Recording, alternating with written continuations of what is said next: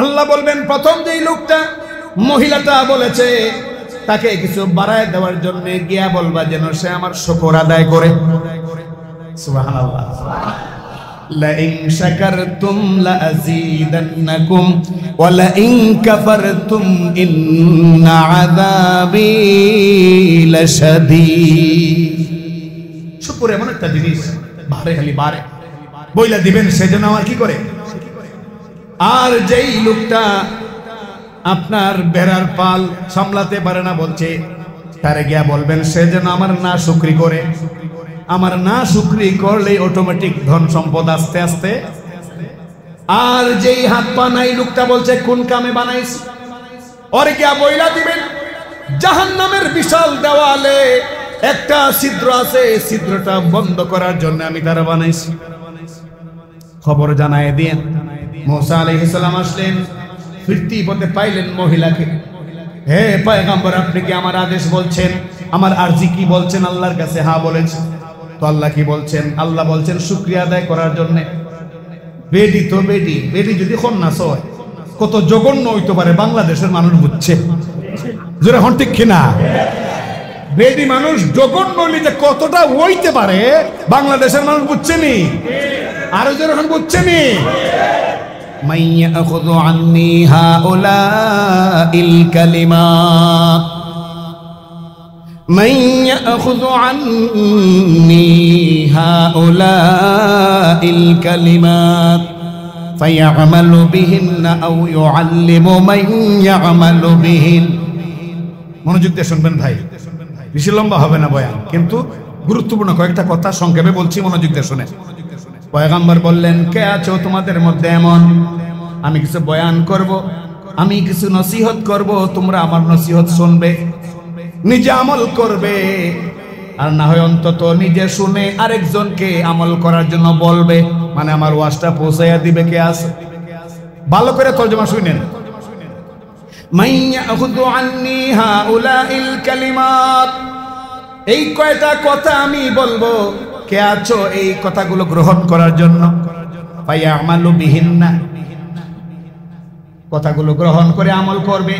আও ইউআল্লিমু মান ইয়ামালু বিহিন, অথবা যে আমল করার সামর্থ্য রাখে তাকে কথাগুলো বলবে। বুঝছেন নি?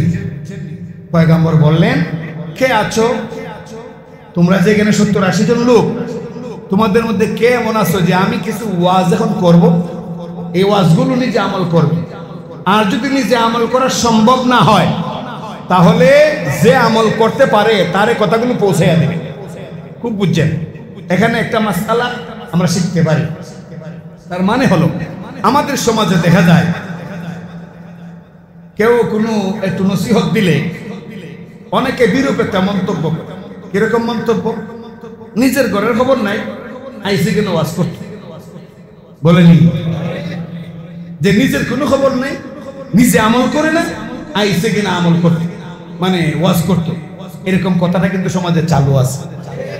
এই হাদিসের দ্বারা আমরা কি পাইলাম? পয়গম্বর বললেন, তোমাদের মধ্যে কেউ কি এমন আছো যে আমার কথাগুলো শুনবে এবং আমল করবে, অথবা আমার কাছ থেকে শিখে যে আমল করে এমন লোকে পৌঁছাইয়া দিবে। তার মানে আমল না করেও কথা বলা যায়, যদিও কথা শুনে আমল করাটাই দাবি ইমানের। কিন্তু ইমান যদি কমজোর হয়, আমল করতে পারে না, তাই বলে কি আরেকজনকে কথাটা পৌঁছাইবেও না? এমন যদি হয় যার মধ্যে যে এই জিনিসের আমল নাই, সে এই জিনিসের ওয়াজ করতে পারবে না, এমন যদি হয় তাহলে পৃথিবীতে আস্তে আস্তে ওয়াজ বন্ধ হয়ে যাবে। কেমনে বন্ধ হবে?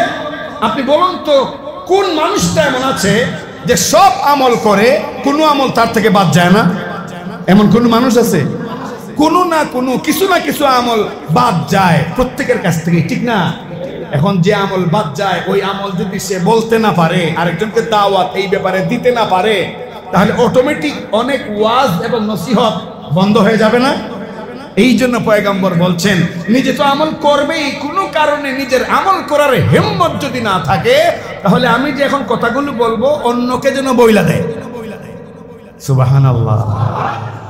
ইসলাম সহজ না কঠিন? সহজ না কঠিন? আর আমরা ইসলামকে কঠিন করে ফেলাই। আমরা ইসলামকে এখন মজার কথা শুনেন, এই হাদিসে বর্ণিত আবু হুরায়রা থেকে, মুসনাদে আহমদ এবং সুনানে তিরমিজি দুই কিতাবে রেফারেন্স দিলাম। আবু হুরায়রা থেকে হাদিস বর্ণিত। হযরতে আবু হুরায়রা রাদিয়াল্লাহু তাআলা আনহু বলেন, এত চিনি দা চার্জার শরবত বানায়। আবু হুরায়রা রাদিয়াল্লাহু আনহু বলেন, যখন পয়গম্বর বলছেন তোমাদের মধ্যে আসনি কেউ এরকম আমার কথাগুলো শুনবে এবং আমল করবে অথবা আরেকজনকে আমল করার জন্য পৌঁছে দিবে, তখন হযরতে আবু হুরায়রা রাদিয়াল্লাহু আনহু বলেন, কুলতু, এই তিনি বলেন আমি বললাম, আনা ইয়া রাসূলুল্লাহ, আমি রাজি আছি। সুবহানাল্লাহ বলেন না। সাহাবীর নামটা মনে রাখবেন, কি নাম? সবাই জবানে সাহাবীর নামটা নেন। খেলোয়াড়ের নাম বহুত নিছেন, নায়কের নাম বহুত জপছেন, মুদির নাম বহুত জপছেন, ডোনাল্ড ট্রাম্পের নাম অনেক নিছেন, সাহাবীর নামটা নেন আবু হুরায়রা। শুনলে আশ্চর্য হবেন, নবীর ১৬ লক্ষ সাহাবীর মধ্যে সবচেয়ে বেশি হাদিস বয়ান করেছেন হযরত আবু হুরায়রা। আবু হুরায়রা বলেন, অনেকে বলে আমি বেশি হাদিস বয়ান করি, তে করব না? আমি তো বেশি হাদিস বয়ান করবই। মুহাজির সাহাবায়ে কেরাম মদিনায় আসার পরে ব্যবসা বাণিজ্যে তারা মশগুল হয়ে গেছেন, আর যারা আনসার সাহাবী তারা ক্ষেত খামার খেজুর বাগান নিয়ে মগ্ন ছিলেন, শুধু নামাজের মুহূর্তে আসতেন। আর আমি আবু হুরায়রা ব্যবসাও না ক্ষেত খামারও না, ২৪টা ঘন্টা পয়গম্বরের পিছে পিছে থাকতাম, একটাই উদ্দেশ্য, পয়গম্বর কি বলেন আর কি করেন, কি বলেন আর কি করেন, শুধু এটা মুখস্থ করবার জন্য আমি পয়গম্বরের পিছে পিছে থাকতাম। আর একটা মূলনীতি আছে যে যত বেশি মুখস্থ করে সে তত বেশি আমলও করতে পারে, আর যার যত মনোযোগ বেশি থাকে তার মুখস্থ বেশি।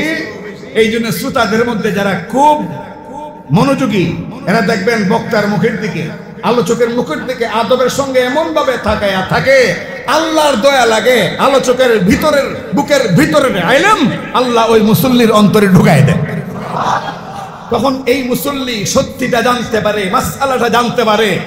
আর না হয় এমন যদি মনোযোগ না থাকে, ভণ্ড পীরদের কাছে মুরিদ হইয়া ঈমান আমল সব ধ্বংস করে দেয়। আবু হুরায়রা বলেন, আমি সবসময় মনোযোগী হইয়া পয়গম্বর আলাইহিস সালামের মুখের দিকে তাকায় থাকতাম, রাসূল কি বলেন কি করেন আমি এগুলো সব রপ্ত করতাম। তো আমি তো বেশি হাদিস বয়ান করব।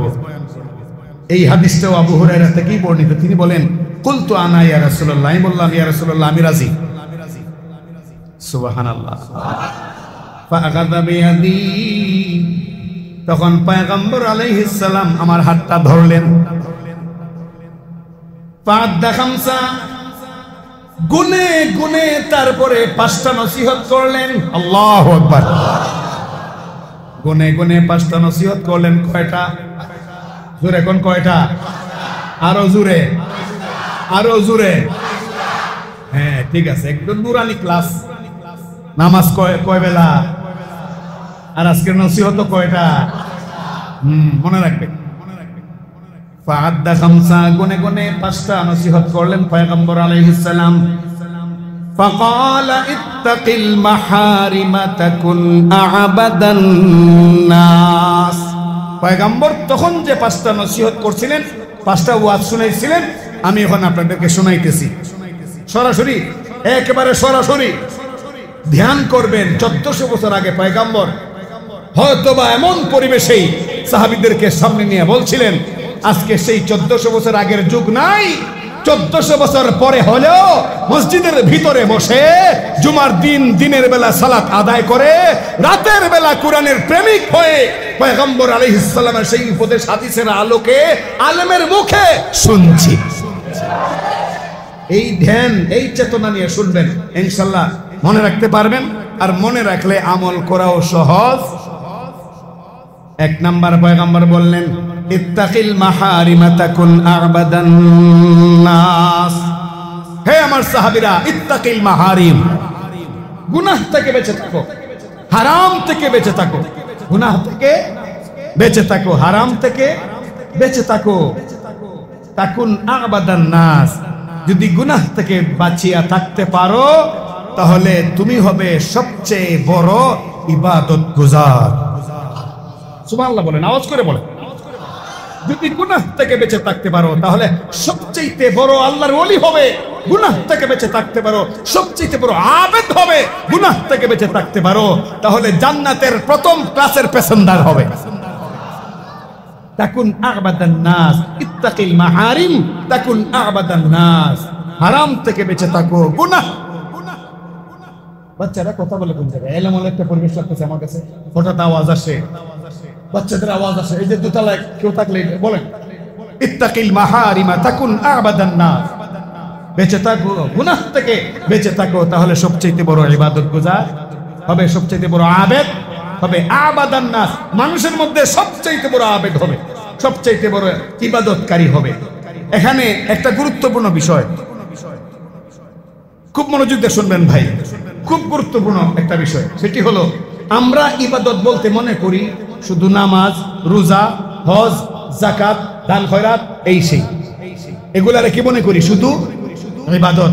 অথচ পয়গম্বর আলাইহিস সালাম বলছেন ইবাদত দুই প্রকার। কয় প্রকার? আরো জুড়ে, আরো জুড়ে। এক প্রকার হলো, প্রথম প্রকার হইল আল্লাহ যেগুলো করতে বলছেন এগুলো করা, এটি হলো প্রথম শ্রেণীর ইবাদত। আর দ্বিতীয় শ্রেণীর ইবাদত হইল আল্লাহ যা নিষেধ করছেন তা থেকে দূরে থাকা। আল্লাহ যা নিষেধ করেছেন তা থেকে দূরে থাকা। তাহলে বলেন সুদ খাইতে আল্লাহ আদেশ দিচ্ছেন না নিষেধ করছেন? ঘুষ খাইতে আল্লাহ আদেশ করছেন না নিষেধ করছেন? স্বৈরাচার হইতে আল্লাহ আদেশ করেছেন না নিষেধ করেছেন? কেউ যদি এগুলো করে তাহলে কি ইবাদত গুজার হবে? হবে না, নাফরমান হবে। কেউ যদি এগুলো করে না তাহলে সে হবে ইবাদত গুজার। পয়গম্বর বলেন শোনো, আল্লাহ রাসূল বলেন আমার কাছে প্রথম শ্রেণীর ইবাদতের চাইতে দ্বিতীয় শ্রেণীর ইবাদতের গুরুত্ব বেশি। কারণ তুমি যদি হারাম থেকে বেঁচে থাকতে পারো, গুনাহ থেকে বেঁচে থাকতে পারো, নফল ইবাদত নাও থাকে, শুধু ফরজগুলা নিয়ে তুমি চলে যাও হাসরের ময়দানে, আল্লাহ দেখবেন তোমার ফরজ ঠিক আছে, নফল নাই, দুই রাকাতও নাই, আল্লাহ তোমাকে জান্নাত দান করবেন। কিন্তু তোমার অসংখ্য নফল আছে, অসংখ্য উমরা আছে, অসংখ্য হজ আছে, কিন্তু সুদের টাকা দিয়ে তোমার মসমসানি, ঘুষের টাকা দিয়ে তোমার জমজমাট ভাব, আর হারাম পথে তোমার অর্জিত সম্পদ, তোমার ঠিকানা জাহান্নাম। ঠিকানা কোথায়?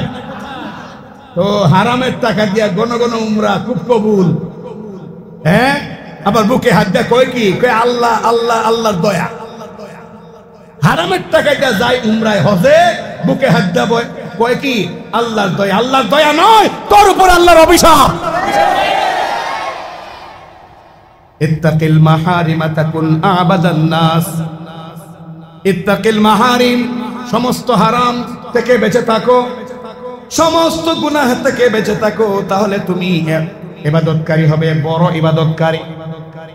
মুহতারাম হাজিরিন, আমরা তো ইবাদত বলতে শুধু নামাজ পড়তেই জানি, নামাজ পড়ার কথাই শুনি, যাকাত দেওয়ার কথাই শুনি, রোজা রাখার কথাই শুনি, কিন্তু বেগানা নারীর দিকে নজর দেওয়া এটা যে গুনাহ, সুদ খাওয়া যে গুনাহ ছাড়তে হবে, ঘুষ খাওয়া যে গুনাহ ছাড়তে হবে, বাপ মার সঙ্গে বেয়াদবি করা যে গুনাহ ছাড়তে হবে, পাড়া প্রতিবেশীর সাথে শক্তি প্রদর্শন করা, দলের ক্ষমতায় কিংবা টাকার প্রভাবে পাড়া প্রতিবেশীর সঙ্গে খারাপ আচরণ করা এটা যে গুনাহ, এই কথা আমরা ভুলে যাই। মনে করি আমি তো নামাজ পড়ি, আমি তো রোজা রাখি, আমি তো হজ করি, ইবাদত বন্দেগী করি, ওগুলো করলে তো কোনো সমস্যা হবে না। না না, আপনার ধারণা সঠিক নয়। আপনি হাজারো নামাজি হন, রোজাদার হন, কিন্তু এগুলো এক পাল্লায় তোলার পরে দেখা যাবে আপনি একজনকে হারামজাদা বলে গালি দিছিলেন, দলের প্রভাব খাটাইয়া কিংবা টাকার প্রভাবে ওই একটা গালির কারণে আপনার 70 বছরের সব নামাজ রোজা বরবাদ হয়ে যাবে। তাহলে নামাজ রোজা যেমন আদায় করা জরুরি, আল্লাহর নিষেধকৃত গুনাহগুলো থেকেও বেঁচে থাকা কি আরো জোরে কর। আল্লাহ নিষেধ করেছেন যেই ব্যক্তির যেই দোষ নাই, এই ব্যক্তির এই দোষে দোষী সাব্যস্ত করো না, সমালোচনা কইরো না, যদি করো তাহলে মরণের আগে তুমিও এমন পরিস্থিতির শিকার হবে তো হবে, আর মরণের পরেও আল্লাহর সামনে জবাবদিহিতা করা লাগবে। তোমার সারা জিন্দেগির কোনো ইবাদত আল্লাহর দরবারে কবুল হবে না। ইত্তাকিল মাহারিমা তাকুন আবাদান নাস, এটা হলো 1 নাম্বার। কয় নাম্বার? 2 নাম্বার পয়গম্বর নসিহত করলেন, মনে রাখবেন নসিহত কয়টা? আরো জোরে, আরো জোরে। 1 নাম্বার হারাম থেকে, হারাম থেকে। 2 নাম্বার পয়গম্বর বলেন ওয়ারদা বিমা কাসামাল্লাহু লাকা তাকুন আগনান নাস। 2 নম্বর নসিহত করলেন, আল্লাহ তোমারে যা দিছে এর উপরে কি থাকো, এর উপরে সন্তুষ্ট থাকো, আল্লাহর বন্টনে সন্তুষ্ট থাকো। ধন সম্পদ, ছেলে সন্তান যাই আল্লাহ দিছে এর উপরে কি থাকো, সন্তুষ্ট থাকো।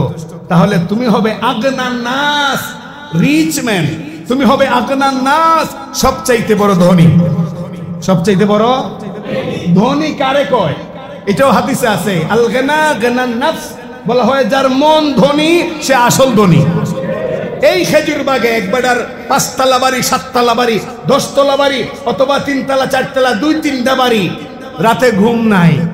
রাতে কি নাই? ঘুম নাই। রাত 3টা 4টা পর্যন্ত খালি হিসাব মিলায়, কোন বাড়িতে ভাড়া কত, কোন ভাড়াটিয়া কোন ভাড়াটিয়া কোন মাসে ফাঁকিতে চলে গেছে, আগামী মাসে ভাড়া দিলে কত আসবে, কোন ব্যাংকে কত, এর এই সমস্ত হিসাব নিকাশে সারা রাতের ঘুম একদম নিষেধ। তার সারা রাতের ঘুম কেড়ে নেয়, সে আসলে ধনী নয়, সে হলো ভিক্ষুক নাম্বার 1। আর যেমন চোখের ঘুম নাই, মনের শান্তিও নাই। আর 4-5টা বাড়ির মালিক হইলে ভাড়াটিয়ারে কি আর বাড়িওয়ালা মানুষ মনে করে? মনে করে এর বাবার গোলাম। কি মনে করে? এর বাবার গোলাম, মুখে যা আসে তাই বলে। এই অবস্থায় মানুষও তাকে ভালো বলে। পয়গম্বর বলছেন ওয়ারদা বিমা কাসামাল্লাহু লাকা তাকুন আগনান নাস। পয়গম্বর বলেন 2 নম্বর নসিহত শোনো, সেটা হলো আল্লাহর দেওয়া বন্টনে কি থাকো, সন্তুষ্ট থাকো। আপনারা আবার এই হাদিসের ব্যাখ্যা এটা বুঝবেন না যে আল্লাহ যা দিছেন তাহলে আর কোনো চেষ্টাই করা যাবে না, আর কোনো প্রচেষ্টাই চালানো যাবে না, যা দিছেন বসে থাকতাম না। এই হাদিসের ব্যাখ্যা এটা না। আল্লাহ যা দিয়েছেন আপনি এর উপর ভিত্তি করে হালাল ভাবে চেষ্টা করুন। আল্লাহ আপনাকে 5 লক্ষ টাকার মালিক বানিয়েছে, আপনি 5 লক্ষ টাকা পুঁজি করে আপনি ব্যবসা করুন হালাল তরিকায়। যদি 1 কোটি টাকার মালিক হয়ে যান, ওই 1 কোটি টাকা আপনার জন্য আল্লাহর পক্ষ থেকে হবে নেয়ামত। সুবহানাল্লাহ। এই টাকার জন্য দুদক আসবে না অপমান করতে, এই টাকার জন্য চাঁদাবাজ আসবে না আপনাকে হয়রানি করতে, এই টাকার জন্য আপনি অপমানিত হবেন না, বরং হালাল তরিকায় যখন আপনি ব্যবসা বাণিজ্য করবেন, আল্লাহ সুবহানাহু ওয়া তাআলা ফেরেশতাদেরকে বলে দিবেন, আমার বান্দা মাল যখন খালাস করে কিংবা মাল যখন লুট করে, ফেরেশতারা তোরাও আমার বান্দার শ্রমিকদের সাথে সাহায্য করবি, কারণ ব্যবসা আমি আল্লাহর কাছে এত পছন্দনীয়। আমি সমস্ত দুনিয়ার সম্পদকে 9টা ভাগ করে 10টা ভাগ করে 9টা ভাগ রিজিকের ব্যবস্থা আমি আল্লাহ ব্যবসার মধ্যে রেখে দিয়েছি। ওয়ারদা বিমা কাসামাল্লাহু লাকা তাকুন আগনান নাস। আপনাদের যে সাবেক খতিব সাহেব আমার পাশে বসা জনাব সিরাজি সাহেব, মুসলিউদ্দিন সিরাজি সাহেব, এই প্রসঙ্গে বলি মনে হয়ে গেছে, সেদিন আমার রুমে গেছিলেন, তো আমি বললাম ভাই আপনি তখন ঢাকায় বাড়িওয়ালা, মাদ্রাসাওয়ালা, প্রতিষ্ঠানওয়ালা, আল্লাহ তো অনেক কিছু দিছে। উনি যখন প্রথম এখানে নিয়ে আসে, স্পষ্ট আমার মনে আছে, মুফাসসিরে কোরআন, মুফাক্কির ইসলাম আল্লামা হাম্মাদ সাদি রহমতুল্লাহি আলাইহি আমাকে বললেন, আমি তখন এখানে ছিলাম, আমাকে বললেন যাও উনাকে নিয়ে মিলনদের বাড়িতে যাও। মিলনদের বাসার পাশে একটা নতুন মসজিদ, 3 সেট মসজিদ হয়েছে, এটাতে ওনাকে ইমাম হিসেবে আমি নিয়োগ দিছি, তুমি নিয়ে যাও। আমি তখন ওনাকে নিয়ে আসছিলাম, প্রসঙ্গটা মনে পড়ে গেছে। সেদিন বললাম ভাই আল্লাহ তো অনেক কিছু দিয়েছে। হ্যাঁ আলহামদুলিল্লাহ, তিনিও স্বীকার করেছেন যে হুজুর আলহামদুলিল্লাহ, আল্লাহ যে আমাকে এতটুকু দেবেন আমি কল্পনাও করিনি। কি শুকর, কি সবর। শুকর করলে সওয়াব বাড়ে না কমে, এই রিজিক বাড়ে না কমে। আর না শুকরি করলে, আমাদের এই ঢাকায় অনেক বাড়িওয়ালা আছে, যদি মাদ্রাসার জন্য কিছু বলেন, এতিমখানার জন্য বলেন, মাদ্রাসার জন্য বলেন, যদি বলেন যে কালীগঞ্জ বড় মসজিদ এলাকার ঐতিহ্যবাহী মসজিদ, একসময় আশপাশে তেমন মসজিদ ছিল না, অত্র অঞ্চলের বেশিরভাগ মুসল্লি পুরান মুসল্লি, তারা কিন্তু বড় মসজিদের মুসল্লি, ঠিক কিনা? না অবস্থা বলছি। যদি বলেন কাজ চলছে, কিছু টাকা পয়সা দেন, আহা কত কথা, হুজুর হাত খালি, বড় কষ্ট করে চলতেছি, অথচ এই এই জবাবগুলো আমাকে দেওয়ার সাথে সাথেই মোবাইলে মেসেজ আইছে। কি মেসেজ? এক লোকে 3 লাখ টাকা চেক দিছিল, ওই চেকটা পাস হয়েছে, এটা মেসেজ আইছে, আরো 52 লক্ষ টাকা আছে। অথচ আমাকে বুঝ দিচ্ছে কি অভাব, কি নাই, শুকর নাই। অথচ শুকরিয়া আদায় করলে ধন বাড়ে না কমে? কিতাবের মধ্যে ঘটনা পড়েছি, মুসা আলাইহিস সালাম যাচ্ছেন তুর পাহাড়ে আল্লাহর সঙ্গে কথা বলবেন। এক লোকের সাথে সাক্ষাৎ, লোকটা কয় হুজুর, এই লোকটা ছিল মহিলা মানুষ, মহিলা জীর্ণ শীর্ণ একটা কুঁড়ে ঘরে বসবাস করছে। যখন পয়গম্বর যাচ্ছেন, বের হয়ে বলল, আপনি মুসা কালিমুল্লাহ না? আপনি মুসা পয়গম্বর না? হ্যাঁ আমি মুসা পয়গম্বর। যাচ্ছেন কোথায়? যাচ্ছি তুর পাহাড়ে আল্লাহর সঙ্গে কথা বলতে।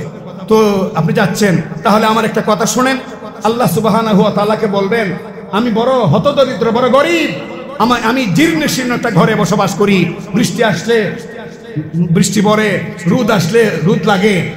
আল্লাহরে একটু কইবেন যে আমার দোষটা কি, আল্লাহ কি আমারে একটু ধন সম্পদ দিতে পারে না? আপনারা বলেন তো, বলার ঢংটা কি? বললো যে বলার ঢংটা মার্জনীয়, বলার ঢংটা মার্জনীয় না বেয়াদবিমূলক? মুসা আলাইহিস সালাম বললেন, আচ্ছা বলবো না। আরেকটু সামনে গেছেন, আরেক লোকের সাথে সাক্ষাৎ। এই লোক হলো অসংখ্য অগণিত বকরি, ছাগল, উট, ভেড়ার মালিক। কি পরিমাণ বকরি আর ছাগল সে নিজে কইতে পারে না, এত পরিমাণে বকরি ছাগল। সে বলল, আপনি কোথায় যাচ্ছেন? মুসা পয়গম্বর বললেন, তুর পাহাড়ে আল্লাহর সঙ্গে কথা বলতে। সে বলল, আপনি একটা উপকার করবেন, আমার আল্লাহকে বলবেন, আমার অনেক সম্পদ হয়ে গেছে, এত পরিমাণে ভেড়া, উট, দুম্বা যে আমি এখন আর এগুলো সামাল দিতে পারতেছি না। আল্লাহকে বলবেন, আল্লাহ যেন আমার এগুলো একটু কমায় দেয়, একটু কমায় দেয়, আমি আর এগুলো সামলাতে পারছি না। ঠিক আছে বলবো না। আর একটু সামনে গেছেন, যাওয়ার পরে এক লোক, এর পাও 2টা নাই, হাতও 2টা নেই।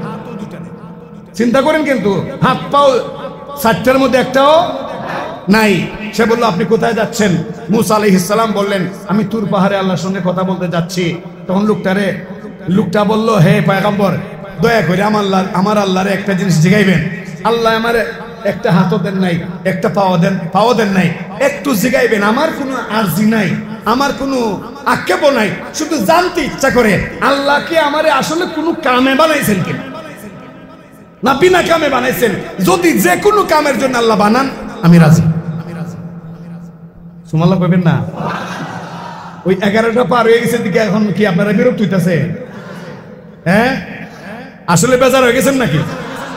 ডায়াবেটিস কিন্তু আমারও অনেক মুরব্বীরা ভাবতেছেন, হুজুর আমার ডায়াবেটিস। আপনার ডায়াবেটিস আর কত? আমার খালি পেটে মাশাআল্লাহ এত বেশি আছে যে বললে আপনি ভয় পাইবেন। মুহতারাম হাজিরিন, তো সে বলল, আপনি আল্লাহরে জিজ্ঞাসা, আল্লাহ কেন আমারে কোনো কামে বানাইছেন কিনা? গেলেন মুসা আলাইহিস সালাম আল্লাহর দরবারে তুর পাহাড়ে, প্রয়োজনীয় কথা শেষ করে যখন ফিরে যাবেন, বললেন, আল্লাহ তোমার 3 বান্দা 3টা জিনিস জানতে চাইছে, বইলা দেন।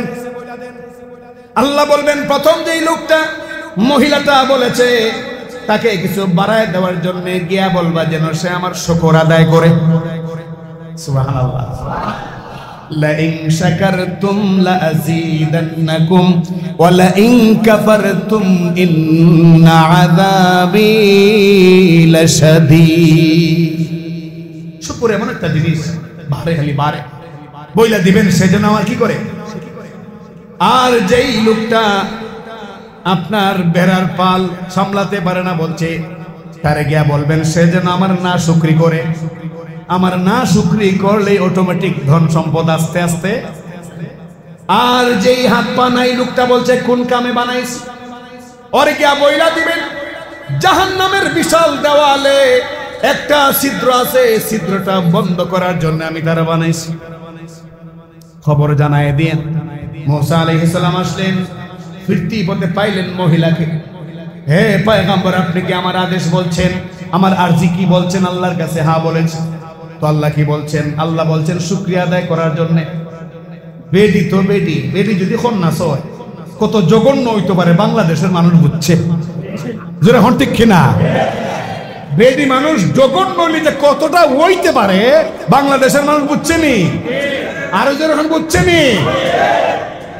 যেই মাত্র শুনছে আল্লাহ বলছেন শুকর আদায় করবার লাগি, কয়েকটা ঘর নাই, দুয়ার নাই, কিচ্ছু নাই।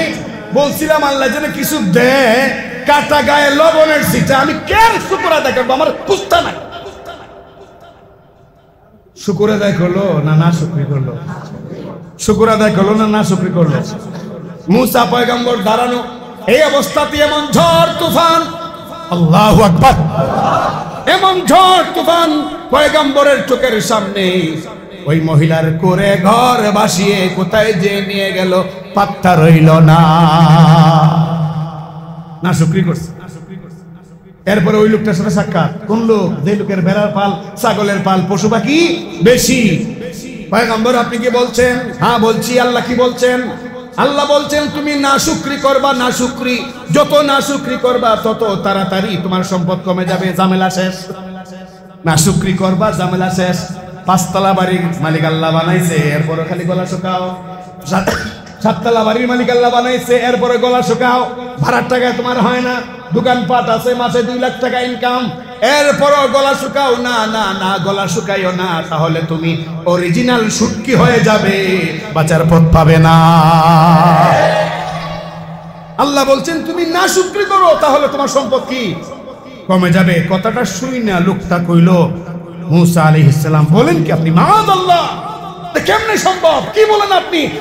আমার কিছুই ছিল না, একটা ছাগলও ছিল না, একটা বকরিও ছিল না। আরেক বাড়িতে কাজ করতাম, ওই মালিকে আমারে মজুরি দিতে না পাইরে একটা ছাগল দিছিল, বকরি। এইটার থেকে শুরু হয়েছিল আমার খামার। আজকে আমার হাজার হাজার ছাগল। যে আল্লাহ আমাকে জিরো থেকে হিরো বানাই দিলেন, সেই আল্লাহ না শুকরি করবো? অসম্ভব। আলহামদুলিল্লাহ। কি বলছে? আলহামদুলিল্লাহ। সাথে সাথে মুসা আলাইহিস সালাম দেখেন তার ছাগলের পাল, ভেড়ার পাল, তার উটের পাল, হরিণের পালে গোটা এলাকা ভরে গেছে। যতদূর দৃষ্টি যায় এই লোকের মালিকানায় শুধু জানোয়ার আর জানোয়ার দেখা যায়। লাইন শাকারতুম লাজি। আর ওই যে হাত পাও কিছুই নাই, তার কাছে পয়গম্বর যাওয়ার পরে বলল যে আপনি কি আমার কথা জিজ্ঞাইছিলেন? হ্যাঁ জিজ্ঞাইছি। কেন লাগি? আল্লাহ বলছেন জাহান্নামের দেওয়ালে একটু ফাঁক আছে, তোমারে দিয়া পট্টি দিবেন। কি দিবেন? তোমারে দিয়া পট্টি দিবেন, তোমারে দিয়া এটা পুরা করবেন। সাথে সাথে কই আলহামদুলিল্লাহ, তাও তো আল্লাহ আমার একটা কাজে বানাইছে। সুবহানাল্লাহ কোন না?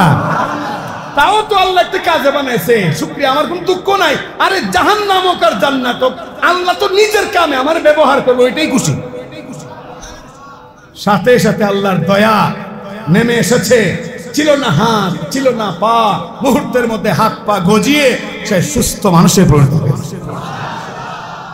ওয়ারদা বিমা কাসামাল্লাহু লাকা তাকুন আগনান নাস। এটা হলো 2 নম্বর নসিহত রাসূলের, যে তোমরা আল্লাহর বন্টনে কি থাকো? সন্তুষ্ট থাকো। আল্লাহ 2টা 3টা মেয়ে দিছে, ছেলে লাগি পাগল হয়ে গেছি। ওই যায় শাহজালালের মাজারে, ওই কেরানীগঞ্জ তো অভাব নাই, পীর মুর্শিদের অভাব আছে?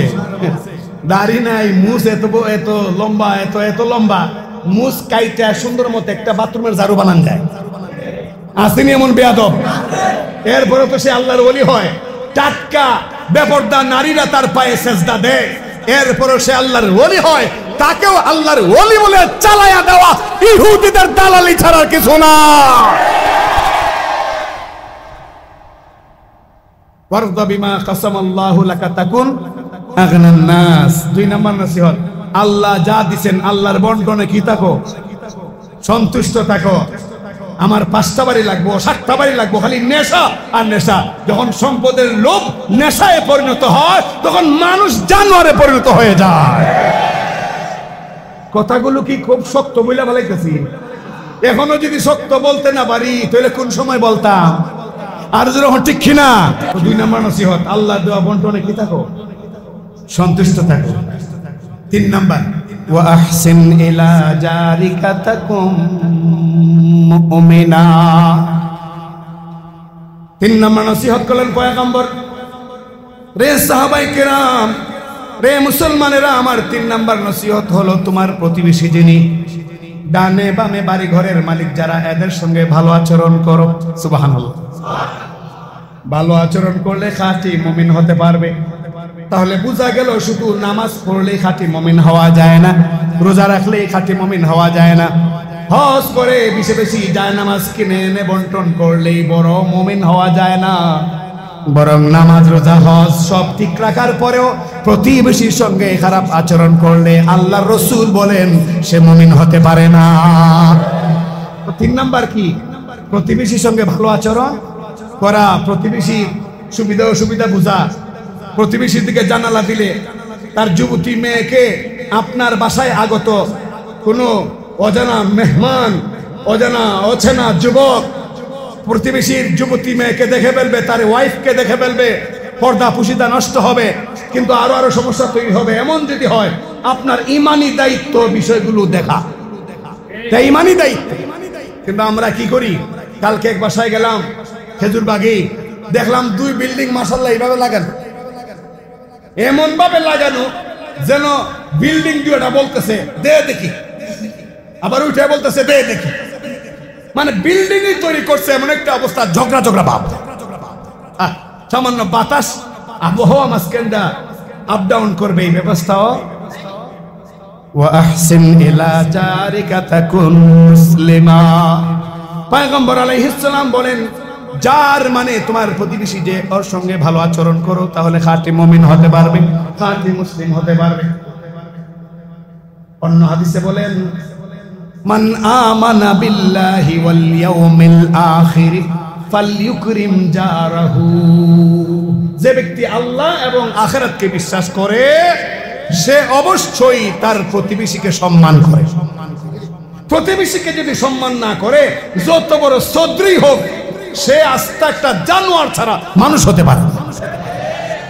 বড় সদ্রী সাহেব প্রতিবেশীরে দেখতেই পারে না। প্রতিবেশীর সঙ্গে ভালো আচরণ করা, প্রতিবেশীর ব্যাপারে ভালো কামনা করা, প্রতিবেশীর ছেলে যদি ভালো নাম্বার পায় পরীক্ষায় শুকরিয়া আদায় করা, তাকে উৎসাহিত করা, কাছে ডাইকা না মাথায় হাত বোলাইয়া বলা, বাবারে অনেক ভালো নাম্বার পাইছো, দোয়া করি আরো ভালো করে পড়বা, ভবিষ্যতে যেন আরো ভালো হয়। এইটা না কইরা কেন প্রতিবেশীর পোলা ইন্টার পাস করলো, মেট্রিক পাস করলো, ভালো নাম্বার পাইলো, হে এখন দেখতে পারে না। প্রতিবেশীর বাসায় কোনো মাস্টার, ভালো মাস্টার যদি আয় হাউস টিচার হইয়া, তাহলে সে এমন ভাবে ক্যাপাসিটি করে যেন মাস্টার আর না আসে। আবার প্রতিবেশীর মেয়ের ভালো জায়গা থেকে সম্বন্ধ আসলে ভেঙ্গে দেয়, কুটনামি করে। পয়গম্বর বলেন, এই মানুষগুলো জান্নাতের গন্ধ পাবে না। জান্নাতের গন্ধ। আচ্ছা, একদম বুকে হাতটা বলেন তো, যে কথাগুলো বলতেছি জরুরি কথা কিনা? না, একেবারে সত্যিকার অর্থে বুঝা থাকলে বলেন যে কথাগুলো বলতেছি জরুরি কথা কিনা। 3 নম্বর নসিহত করলেন, প্রতিবেশীর সঙ্গে কি করো? ভালো আচরণ। 4 নম্বরে বললেন, ওয়া আহিব্বা লিন-নাসি মা তুহিব্বু লিনাফসিকা তাকুম মুমিনা। পয়গম্বর আলাইহিস সালাম বললেন, 4 নম্বরে হলো ওয়া আহিব্বা লিন-নাসি মা তুহিব্বু লিনাফসিকা। তুমি নিজের জন্য যা পছন্দ করবা, তোমার আরেক ভাইয়ের জন্য এটাই পছন্দ করবা, এটাই কামনা করবা, তাহলে তুমি খাঁটি মুমিন হতে পারবা। তুমি চাও ভালো ভালো চলতে, তোমার পোলায় ভালো চাকরি পাক, তোমার মেয়ের ভালো চাকরি পাক, তোমার মেয়ে ভালো জায়গায় বিয়ে হোক, তোমার ছেলের ভালো জায়গায় বিয়ে করানো হোক, এটা চাও, আর আরেকজনের বেলায় চাও না। পয়গম্বর বলেন, তাহলে তুমি বুঝা রাখো ভালো করে, তোমার ইমান কামেল হয় নাই, তোমার ইমানে দোষ আছে। কি আছে? দোষ আছে। যেদিন তুমি নিজের জন্য যেটা কামনা করো, তোমার ভাইয়ের সন্তানের জন্য, তোমার সন্তানের জন্য যেটা কামনা করো, ঠিক কামনা তোমার ভাইয়ের সন্তানের জন্য হয়, তোমার বোনের সন্তানের জন্য হয়, সেদিন বুঝবে তোমার ইমান কামিল হয়েছে। আর যদি মনে করো তুমি শুধু থাকবে জেনারেল, তুমি থাকবে বড়লোক, আর তোমার ভাই ভাগ্নি বোন সব থাকবে গরিব হইয়া, পয়গম্বর বলেন তোমার ইমানে দোষ আছে। তোমার ইমানে কি আছে? তাহলে 4 নম্বর নসিহত করলেন পয়গম্বর, যে তোমার নিজের জন্য যেটা পছন্দ করবা, আরেক ভাইয়ের জন্য এইটাই, আরো জোরে এইটাই। আমরা কি এটা করি? আমরা মসজিদ আইলে চাই এসির তোলে আগে জায়গাটা, হ্যাঁ, একেবারে এসির বরাবর আইসা সুন্দর করে যা নামাজ বিছাইয়া বসে থাকি।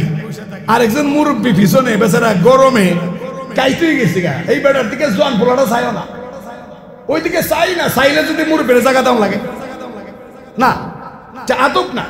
তোমার জন্য তুমি যদি চাও যে আমি এসির বাতাসে বসে নামাজ পড়লে আমার আরাম লাগে, তাহলে এই আরামটা তোমার বাবার বয়সী ওই বয়স্ক মুসল্লির বেশি দরকার।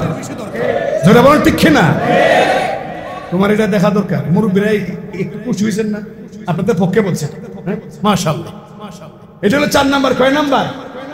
5 নাম্বার। পয়গম্বর বলেন ওয়ালা তুকসির ইবতিহকা ফাইন্না কাসরাতাদ যিহকি তুমিতুল কলব।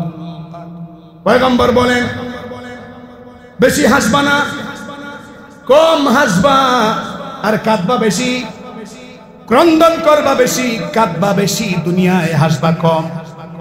তাহলে ফালইয়াবহাকু কালিলাও ওয়ালইয়াবকু কাসীরা। আল্লাহ আল্লাহ আল্লাহ আল্লাহ পাক রব্বুল আলামিন পরিষ্কার করে বলছেন, দুনিয়াতে যারা বেশি হাসবে আখিরাতে হাসার কোনো সুযোগ নাই। ওইখানে কান্না কান্না রোল পড়ে যাবে, এদের কান্নাই হবে সম্বল। আর দুনিয়াতে যারা হাসবে কম, কাঁদবে বেশি, আল্লাহকে ভয় করে, জাহান্নামকে ভয় করে, চোখের পানি ফেলবে, সময় সুযোগেই চোখের পানি ফেলবে।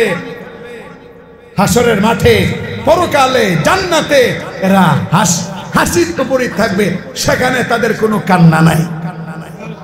আর যারা দুনিয়ায় হাসবে বেশি, কানবে কম, আখিরাতে এদের হাসার কোনো সুযোগ। জাহান্নামের মধ্যে শুধু কান্না আর কান্না। অথচ আমরা কি করি? আমরা হাসির মজমা বসাই।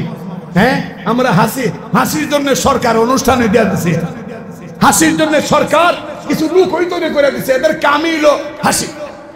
এদের কাম কি? হাসি। বদনা নিয়ে দৌড় মারে, গাছে উঠে যায়, ল্যাংটা হইয়া দৌড় মারে, বেড়াবেড়ি নাচানাচি শুরু করে দেয়। হাসো হাসো। শয়তান কি পরিকল্পনা, প্রজেক্ট দেয়া দিছে, মানে ফেসবুকের মধ্যে, অনলাইনে কি প্রজেক্ট দেয়া দিছে যে শুধু হাসো আর হাসো, হাসতে হাসতে নিরাপদে জাহান্নামে পৌঁছে যাও। যারা বলেন ঠিক কিনা? চক্রান্ত গুলো, টিভির সিরিয়াল গুলো হাসি রসে ভরা, ফেসবুকের বিভিন্ন আইডি মিথ্যা কথায় ভরপুর হইয়া হাসিতে ভরা, এই সবগুলো জাহান্নামে যাওয়ার সিঁড়ি। আল্লাহর ওয়াস্তে বলে যাই, আল্লাহর ওয়াস্তে গুলো থেকে নিজেকে পরিহার করুন, চিন্তা করুন, একটাবার চিন্তা করুন, হাসি আসবে কেমনে? আপনি আমি কি জানি জান্নাতে যাব না জাহান্নামে যাব? জান্নাতে যাব কি জাহান্নামে যাব আমরা কি জানি? আমরা তো এখনো শিওর না। আশা করি আল্লাহর কাছে জান্নাত, কিন্তু গ্যারান্টি তো নাই। তাহলে হাসি বের হয় কেমনে? কেমনে লম্বা অট্ট হাসি? কোন সাহসে হাসি? অথচ আপনার পয়গম্বর কোনোদিন হাসেন নাই, অট্ট হাসেন নাই। হাসলেও মুস্কি হাসতেন। কানা লা ইয়াদহাকু ইল্লা তাবাসসুমা। পয়গম্বর যখন হাসতেন, মুস্কি হাসতেন। সাহাবায়ে কেরাম বলেন, নবীজি যখন হাসতেন আমরা তখন ভাবতাম, মনে করতাম নবীজির 2 টুটে 2টা চাঁদ উঠছে। নবীজির 2 টুটে 2টা চাঁদ উঠেছে, আমরা মনে করতাম। এরকম হাসতেন, দাঁত দেখা যাইতো না, হাসিতে শুধু প্রকাশ পাইত। চেহারার অঙ্গ ভঙ্গিতে বোঝা যাইতো তিনি হাসতেছেন, কিন্তু দাঁত বেরোইতো না। আমরা খালি দাঁত নিয়ে হাসতে হাসতে লঙ্গি সুতা খুলে লাই। ঠিক কিনা বলেন? লা ইয়াজুজু, জায়েজ নাই। তো এই 5টা নসিহত পয়গম্বর করছেন। কয়টা নসিহত? আবু হুরায়রা রাদিয়াল্লাহু আনহু বললেন, ইয়া রাসূলুল্লাহ, আমি রাজি। নবীজি হাতে ধরে বললেন, আবু হুরায়রা, আমার বিশ্বাস তুমি শুধু একা নও, আমার সব সাহাবী রাজি, আমার সব সাহাবী রাজি। ছোট্ট করে বলে দিলেন, আবু হুরায়রা, ও সাহাবীরা, তোমরা শোনো, আমার এই 5টা নসিহত যদি গ্রহণ করতে পারো, সেই অনুযায়ী আমল করতে পারো, আমি পয়গম্বর তোমাদের জান্নাতের জিম্মাদারি গ্রহণ করলাম। আমার প্রাণের ভাইরা, লম্বা টাইম আমি আপনাদের নষ্ট করেছি, বেশ আমার গলায় ধরে এসেছে। আর বয়ান লম্বা করার কোনো সুযোগ নাই। এখন মোনাজাতের দিকে আমরা অগ্রসর হচ্ছি। বাকি মোনাজাতের দিকে অগ্রসর হওয়ার আগে আপনাদের কাছে জানতে চাই যে এই 5টা নসিহত মনে প্রাণে আমরা বিশ্বাস করে আমল করতে রাজি আছি। সংক্ষেপে 1 মিনিটে 5টা আমি আবার বলে দিচ্ছি। ইত্তাকিল মাহারিমা তাকুন আবাদান নাস। প্রথমটা হইল গুনাহ থেকে বেঁচে থাকা। 2 নাম্বারটা ওয়ারদা বিমা কাসামাল্লাহু লাকা তাকুন আগনান নাস। 2 নাম্বারটা আল্লাহর বন্টনে সন্তুষ্ট থাকা, হালাল ভাবে জীবিকা উপার্জন করা, হারামের ধারে কাছেও না যাওয়া। 3 নাম্বার প্রতিবেশীর সঙ্গে ভালো আচরণ করা। 4 নাম্বার নিজের জন্য যেটা পছন্দ করি আমার ভাইয়ের জন্যও, আরেক মুসলিম ভাইয়ের জন্যও, রক্ত সম্পর্ক হোক আর মহল্লাগত হোক, ভালোটাই পছন্দ করা। আর 5 নম্বরে কম হাসা, বেশি করে কাঁদা। পয়গম্বর বলেন মানুষ যখন আল্লাহর ভয়ে কাঁদে, জাহান্নামের ভয়ে কাঁদে, নিজের গুনাহের ভয়ে যখন কাঁদে, কাঁদা তৈরি হয় কেমনে? প্রথমে দিলে টাচ করে কথাগুলো, সে মুখটা বলে আল্লাহ আল্লাহ ইয়া রহমান ইয়া রহিম বলে কিছু কথা বলে ভিতরে টাচ করে। টাচ করার পরে দেখবেন আমাদের শরীরে কিছু সুরসুরি জায়গা আছে না, ওই সুরসুরি জায়গাগুলোর মধ্যে যদি হাত দিয়ে একটু নাড়াচাড়া দেয় তখন কি হয়? সুরসুরি তৈরি হয়। ঠিক অনুরূপ ভাবে মানুষ যখন কিছু টাচিং মানে হার্ট টাচিং কথাগুলো বলে, যেটা হৃদয়ে আঘাত করে, তখন এইটা চোখের মধ্যে যাইয়া এক ধরনের আন্দোলন শুরু করে। কি আন্দোলন? আন্দোলনটা হইলো হাদিসের মধ্যে এসেছে, চুপকে যাইয়া ওই পানি বলতে থাকে, আরে আল্লাহর বান্দা, বাঁচতে যদি চাস, জাহান্নামের আগুন যদি নিবাইতে চাস, তাহলে শুনে রাখ, বঙ্গোপসাগরের পানি দিলে হবে না, বুড়িগঙ্গার পানি দিলে হবে না, আটলান্টিকের পানি দিলে হবে না, সারা দুনিয়ার সমস্ত জলাশয়ের পানি এক জায়গায় করে দিলেও জাহান্নামের মাথায় নিববে না আগুন। তুই চোখ দিয়া পানিগুলো ছাড়, আমাকে তোর চোখ দিয়া জমিনে ছাড়, জমিন লাগবে না, নাক বেবে জমিনে পড়ার আগেই আল্লাহ খুশি হয়ে যাবে। আল্লাহ তখন তোকে মাফ করে দিবে। এই জন্য বেশি বেশি কান্নাকাটি করে আর হাসাহাসি এই 5টা নসিহত মনে রাখবো তো ইনশাল্লাহ।